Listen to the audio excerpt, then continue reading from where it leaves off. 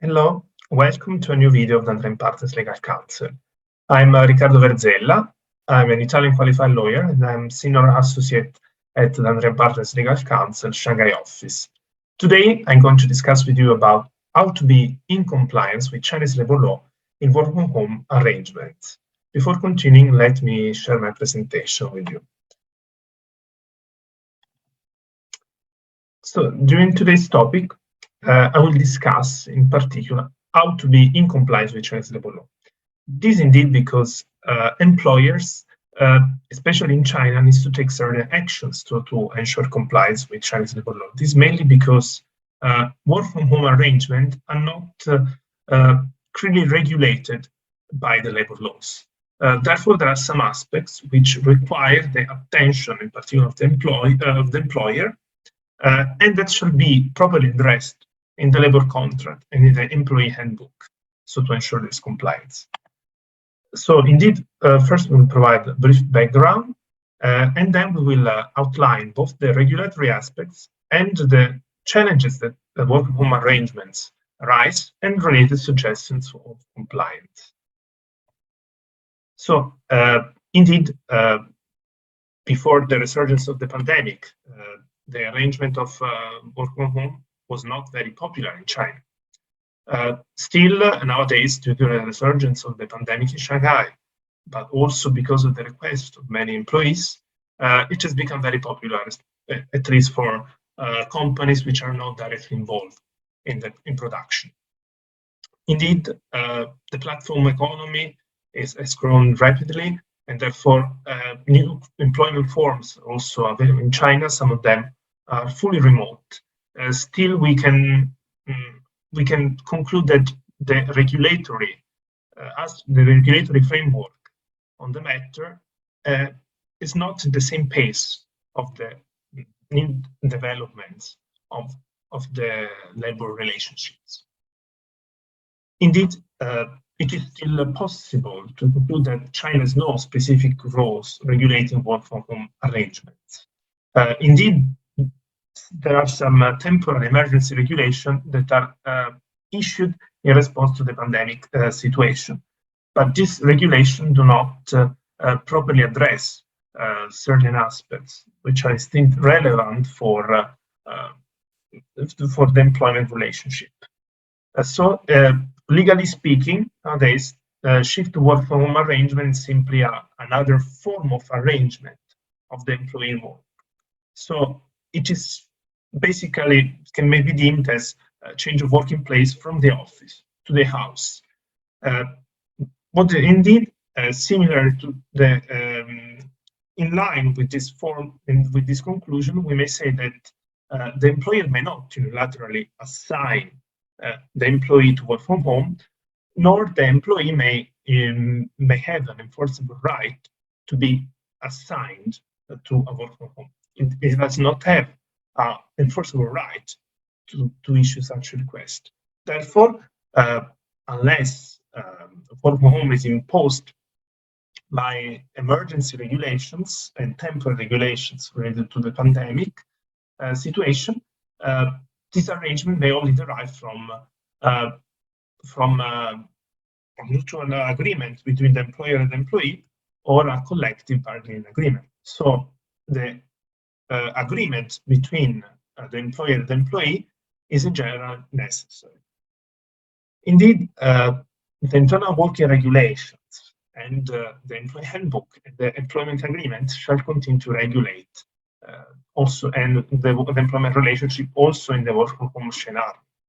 And that's why I was saying that sometimes the employment contract and the employee handbook needs to be revised because they don't consider certain aspects which are indeed relevant for work from home scenarios. Indeed, during work from home arrangements, it is still necessary to comply with the standard working system. Indeed, in China, unless for special position, in particular related to senior managers, the standard working time is implemented. So the flexible working time is allowed only for top managers, senior managers, and only after approval of the local labor bureau. That's why, in general, the working hour system applied most of the company is the standard working system, up to 40 hours per week. Indeed, overtime work shall continue to be compensated in accordance with the normal labor laws. And this is irrespective of whether the employee is working from home or is working from office. And here I reported the percentage of hourly salary which would be applicable in case of extra hours worked weekdays, weekends, or statutory holidays, which ranges from 150% to 300%. As for getting into details of the smart working arrangement, indeed, there is no provision which imposes to the employer the obligation to pay a particular allowance to work from home. Indeed, apart from this topic, another aspect that may arise is whether the employee is entitled to claim a reimbursement for certain expenses borne for the sole purpose of working from home. Indeed, in principle, under the current regulations, we may see that if provided that the employer must provide to the employee all the equipment and supplies that are necessary to perform the work, irrespective of the place of work, in case the employee asked to be provided with office equipment or supplies for remote work, for example, a laptop, then the employer shall provide insofar as this is necessary to perform the work duties. So, indeed, there can be some office equipment, like, as I mentioned, the laptop or other form of equipment which are necessary for the work performance and depending on the particular position and tasks of the employee. So this is a specific obligation of the employer. In a sensitive aspect is the issue of working injuries. Indeed, during a work from home arrangement, the house of the employee becomes a working place. Therefore, any injury occurred during the working time, any injury occurred during home and during work at home and during work time may be deemed as a working injury. So, how to better protect the interest of the employer and the employee in this particular situation? Indeed, provided that the employer has a specific obligation to guarantee that the working place is safe and healthy, and provided that the employer may not indeed guarantee that the home of the employee are safe or healthy enough for the performance of the work obligation, then the reasonable solution, which will be expressly implemented, is to have the employee guarantee that his home provides for minimum safety standards. So it is important for the employer to request the employee to expressly guarantee in writing that his home complies to certain minimum safety standards. And indeed, the employer may at least provide certain guidelines, so to recommend some directives to ensure studies, to ensure safety. And so if the employer acquires this assessment, this certification in writing, at least may acquire an evidence that the employee has guaranteed that the working place is safe enough for the performance of work duties from home. I have also outlined a short comparative analysis of the legislations of Italy and China in respect of key points of work from home arrangements. Italy has implemented since 2017 a special regulation on remote working, which in Italy also referred as smart working. So in Italy, it is possible to refer to a special provision of law to regulate all the issues related to work from home, including working injuries, for example. And this is currently lacking in China. So that's why there should be some, the employer should pay attention in particular to provide the necessary provisions in the labor contract, in the employee agreement, or to otherwise find a compliant solution like the one I was mentioning before regarding work injuries.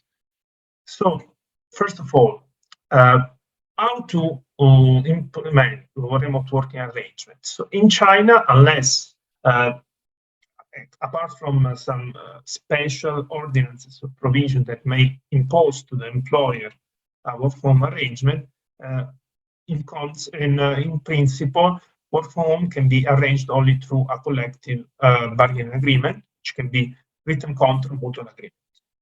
So the consent of both parties is in principle necessary unless there is an ordinance or emergency temporary measure that imposes the employee to necessarily work from his home or the employer to close the office and therefore not and therefore having an obligation to refrain from having the employees working in the production site or in the office.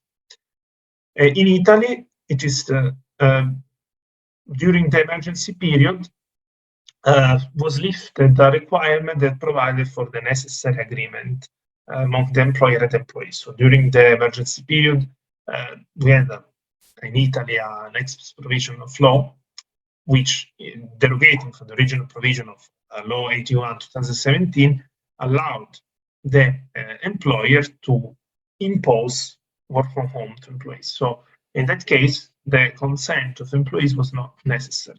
So in case the employer refused, this would have deemed as absenteeism.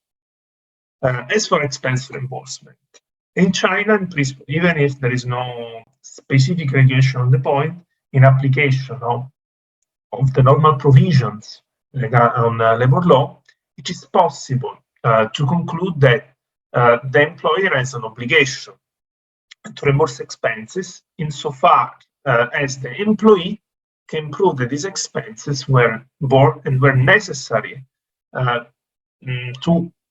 the purpose of performing the tasks remotely. So, for example, if the employee had not any laptop available for work and he have purchased consequently this equipment, and provided that this was the only means he could have in order to perform the work duties which it was requested by the employer to do, then in principle this is an expense that should be reimbursed by the company. As for in Italy, instead, we based on the special provisions of law regarding work from home, the employer only has the obligation to guarantee that the economic and regulatory treatment of work from home employees is not inferior to the treatment that an employee will receive in the office. So it is not expressly provided the obligation of expense reimbursement. Indeed, there are some challenges that arises from work from home arrangement, especially when the arrangement is not voluntary, but it is imposed by special regulations, special and emergency regulations, especially in case of resurgence of the pandemic, as now we are, for example, living in Shanghai. In the first is to work productivity monitoring. Indeed, in a full remote working arrangements, it is more complicated for the employer to take track of the productivity of employees. It's suggestible, for example, to request employees to prepare working reports on a weekly basis. This will allow the employer to have a better track on the employee's work, and also for the remote employee to better focus on the specific tasks and deliverables. Another sensitive aspect is the one of data security and industrial secrets. Indeed, having employees working from home, it is some sensitive information regarding the, for example, industrial secrets of the company will need to be transferred on the network repeatedly.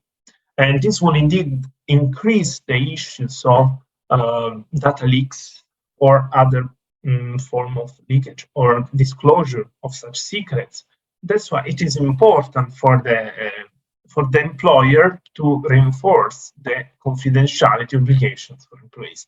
A practical suggestion in this respect would be to implement some specific confidentiality rules for remote workers.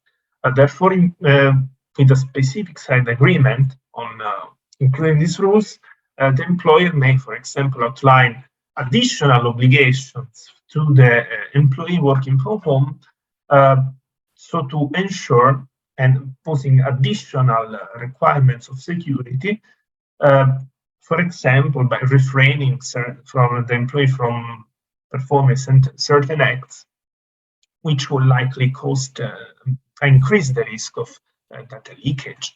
For example, the employee may be refrained from sharing sensitive documents on the regular email, because the company may have implemented some more secure form of uploading and sharing data, so there can be some specific secure platforms to use documents. So indeed, in principle, sensitive information, even if stored online, should be stored with appropriate security measures, so to avoid this data leakage.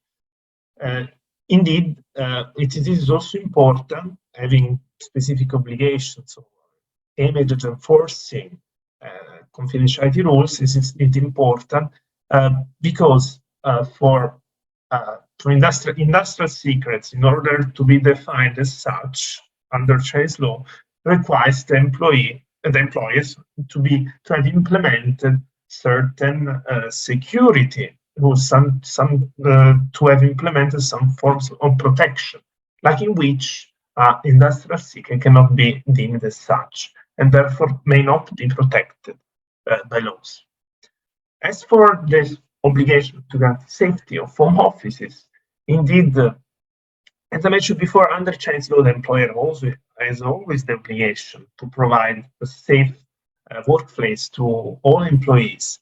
So, provided that the employer may not guarantee that their homes are safe, adequate, and healthy, the best way to achieve this target is to have the employee declare in writing to guarantee that their home offices are safe, adequate, and healthy. Indeed, the employer may outline certain characteristics which should be met, so to have the home office to be necessarily qualified for working from home. Indeed, remote and flexible work arrangement, and indeed also before the resurgence of the pandemic, become a new trend in labor law, because it has proved very effective in achieving also a better balance between work and personal life, and therefore it has become very popular on a worldwide basis, especially in the hybrid form, which has a part of remote work and a part of work in the office. So it is necessary for employers to be duly prepared and to amend, as I mentioned, the labor concepts and the employee handbooks to cover the aspects which are not yet clarified under Chinese labor laws, and also to implement the practical suggestions I've mentioned before, so to reduce the risks also from employer side in respect, for example, of work safety, and also in respect of the data leakage or other risks of violation of the confidentiality rules and on the protection of important data. So from my side for today, I hope the presentation was useful, and I remain available for any clarification to the mail address you will find below the video. Thanks, and have a good day ahead.